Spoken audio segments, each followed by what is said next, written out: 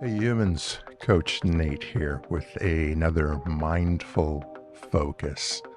In this short post by Confucius, it says, "A great man is hard on himself, a small man is hard on others." Constructive feedback can be good and can help us grow. If you have someone who has your best interest in mind, who has the experience, the knowledge, and the wisdom, at least one of those, preferably all three, that may have great insight as to where you are trying to grow to, having your best interest in mind, that can be very helpful. We all can learn and grow. They say you can even learn from a fool. In that instance, you're taking the information, and they're probably a great reverse role model on how not to be applying it. But in any regard, it is good to receive wise counsel from those without an agenda and with the tools and resources to provide that. That's not what we're talking about here. Those that solely focus on criticizing others, tearing them down, finding fault, nitpicking, are unhappy with themselves. And they say those that are very loud and boisterous about tearing other people down are not happy with the faults that they see within themselves, and that's how they're able to point it out in others. It is dangerous to be around those who are unhappy with themselves because they are finding fault with others to make themselves feel better about themselves, and instead of internally focusing where their challenges lie and how they can do the work and improve their lives, it's easier to make themselves feel better about putting others beneath them. Finding fault can be a petty distraction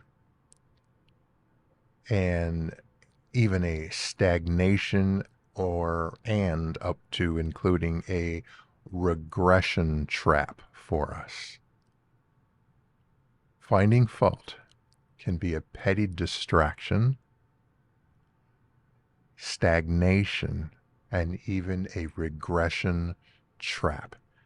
It is a rut. What is it? They say a rut is a grave with no ends, just there, stuck in it.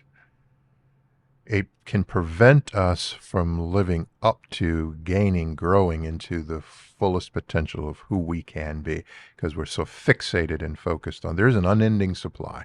You could critique people all day long. That doesn't make you better. That makes you smaller. That makes you puny. That makes you insignificant. If you're already insecure, you're only adding fuel to that fire, because being critical of others is telling the world that you don't like yourself, that you have plenty of areas of opportunity, and choosing to look at others as opposed to looking internal. A question to ask yourself: are we making progress when we're distracted from our path? I've yet to successfully make it to the grocery store when I start heading in the opposite direction. Waste of gas, time, energy, maybe a scenic drive. But if I was on my way to get something important, there's a loss there. Asking ourselves, is it a good use of our time? Yes, you may temporarily feel a certain kind of way. It may give you a little dopamine fix. I just put that person in their place in my head. Maybe I didn't have the courage to say it out loud. And I feel better. I feel less worse about myself. That is very short-lived, and all you're doing is adding in to the disease, the virus, the infection that's already there. It's a false positive. It's not positive. It's not real. It is, again, very short-lived and almost like dealing with substances, finding yourself you need more and more and more or more of that to get that same feeling.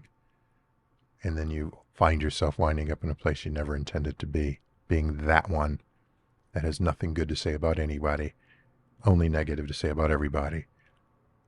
And people will eventually catch on unless you hang around all sorts of people who just do that all the time. And that's a cesspool of a waste of life that just doesn't serve us.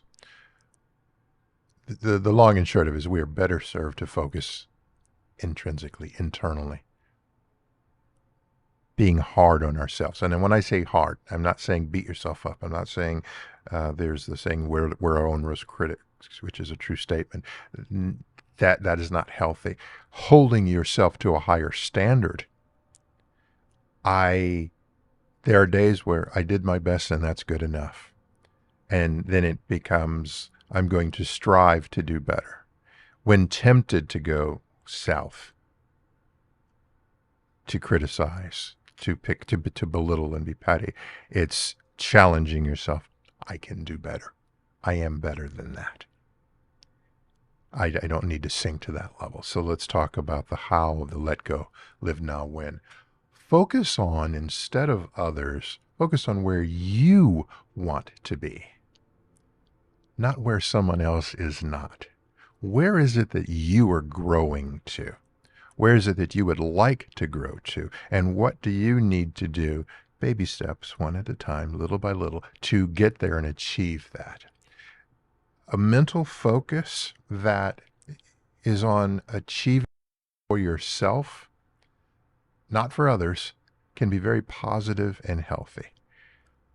What do I need to do to strengthen my character? What do I need to do to gird up my knowledge? Where do I need to invest? Whether you think of the folks that go to the gym, that work out, they want to run marathons or want to weight lift, or they want to achieve certain fitness goals incrementally, they continue to work on things and refine and remove things from their diet and do whatever they need to do in order to be able to achieve that goal.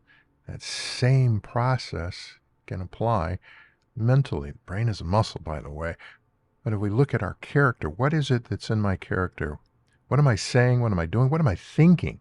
It doesn't even have to fall out of your mouth, but if it bounces around, is it healthy for me? Or is it junk food? Is it junk thoughts? If you're looking to get mentally healthy, clean up your mental diet. Mental junk food is a thing. Eliminate that from your mental diet, and you will find yourself feeling better, thinking more clearly, more positive, more optimistic, and finding ways to manage and navigate through this thing called life. In short, mind your own business, not theirs. Reduce this reduces the progress inhibiting distractions, and that's all they are. If you're on your way and your path to achieving, and you begin focused on what they're not doing, you're not continuing to make progress on your path. You're focused here. You're looking not even in the rearview mirror when you're driving. You're looking out the side windows. Inevitably, that is going to end badly.